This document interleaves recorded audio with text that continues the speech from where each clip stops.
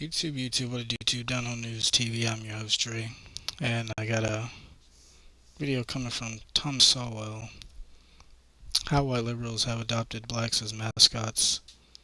And the reason why I chose this topic to go over is because I've referenced this before, but I listened to a more liberal well, it's not a news broadcast, but a radio station. And they talk politics and everything else under the sun. And they always bash people of color that's on the Republican side.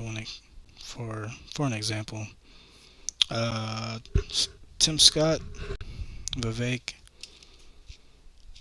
and that's the only two I could think of right now at the top of my head. Is late, but I always speak of them as tokens and things of that nature, and they're just frontmen for whoever it may be for the Republican Party. But I sit back and thought about it. I know the Democrat side has more POCs on their side and out front pushing their message, but at the end of the day, I would say, this is just my best guess, but just analyzing things, that the people of color on the Republican side seems more sincere when it comes to issues and pushing their message and their agendas, as far as being more genuine. It seems like they come off as genuine. I don't know. Maybe it's just me, the way I look at certain things, but on the other side, it just seems like they just threw a lot of people of color on the team to make more minorities appeal to that side. But I don't know, just thoughts and opinions. But let's see what Mr. Sowell has to say about the situation. This Black History Month, I'm pleased to partner with OMA.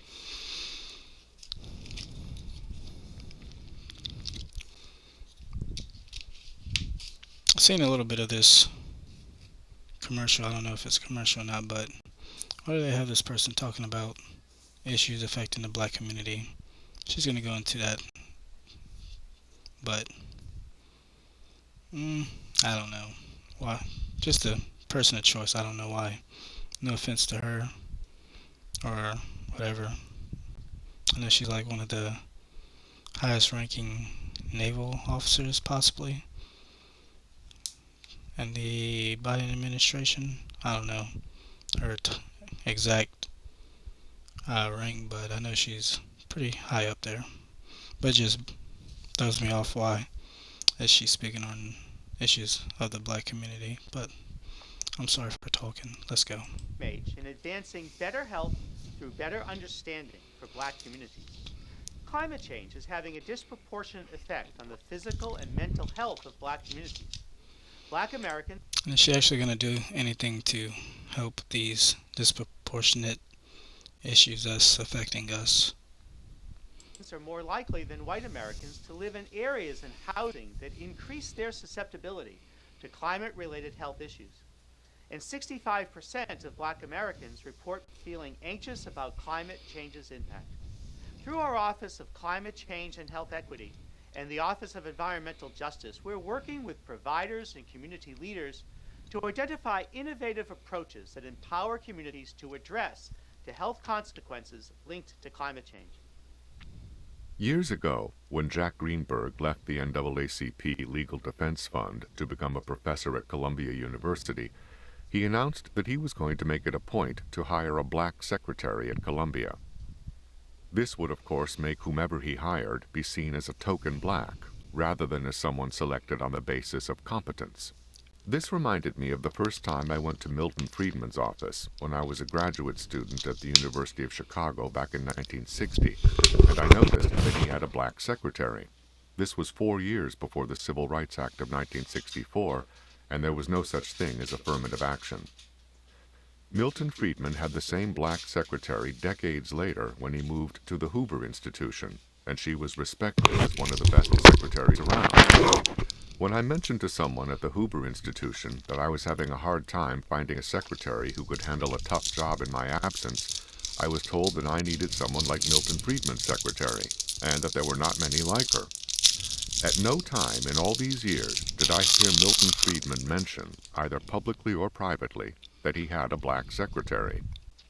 William F. Buckley's wife once mentioned in passing, at dinner in her home, that she had been involved for years in working with a school in Harlem, but I never heard her or Bill Buckley ever say that publicly.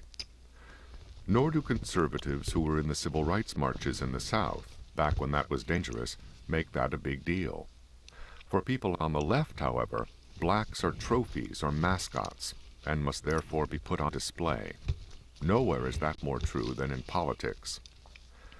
The problem with being a mascot is that you are a symbol of someone else's significance or virtue. The actual well-being of a mascot is not the point. Liberals all across the country have not hesitated to destroy black neighborhoods in the name of urban renewal, often replaced. Makes me think of the press secretary, Corinne Jean-Pierre. There's this rock and roll radio station that talks about her a little bit, and it's kind of funny how they explain it, but whenever something she cannot explain or something real important is happening throughout the world that needs to be addressed publicly, they'll bring out, what's his name, the old white guy they refer him as. What is his name? I have his face in my head, but it just makes me think of that when he just said they use them as tokens and masquerade them out to the public as, I don't know, but it just made me think of that. Working-class neighborhoods with upscale homes and pricey businesses, neither of which the former residents can afford. In academia, lower admission standards for black students are about having them as a visible presence, even if mismatching them with a particular college or university produces high dropout rates. The black students who don't make it are replaced by others, and when many of them don't make it either, there are still more others. The point is to have black faces on campus as mascots, symbolizing what great people there are running the college or university.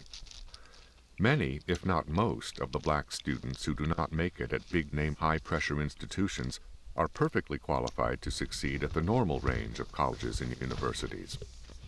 Most white students would also punch out if admitted to schools for which they don't have the same qualifications as the other students, but nobody needs white mascots.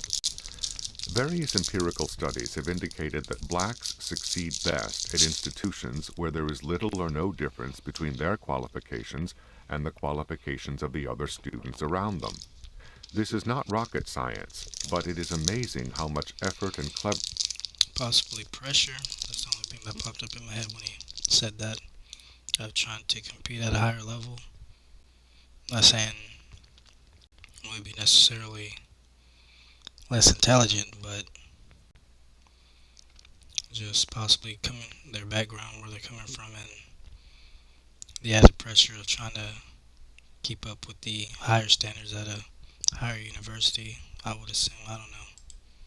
Have gone into denying the obvious. A study by Professor Richard Sander of the UCLA Law School suggests that there may be fewer black lawyers as a result of affirmative action admissions to law schools that are a mismatch for the individuals admitted. Leaping to the defense of black criminals is another common practice among liberals who need black mascots. Most of the crimes committed by black criminals are committed against other blacks, but again, the actual well-being of mascots is not the point. Politicians who use blacks as mascots do not hesitate to throw blacks to the wolves for the benefit of the teachers' unions, the green zealots whose restrictions make housing unaffordable, or people who keep low-priced stores like Walmart out of their cities. Using human beings as mascots is not idealism. It is self-aggrandizement that is ugly in both its concept and its consequences. Well, like I said, a situation occurred that made me think about this, and lo and behold, I ran across this video a few days ago and decided to do a reaction to it. But for people that may think I'm biased towards one political side of the spectrum, I'm not. I'm not a Republican or a Democrat. I would, yeah, say I'm more of an independent, if anything. But yeah, like, comment, subscribe, share. Let me know what you think about the video. Give me some advice on other items I could react to down on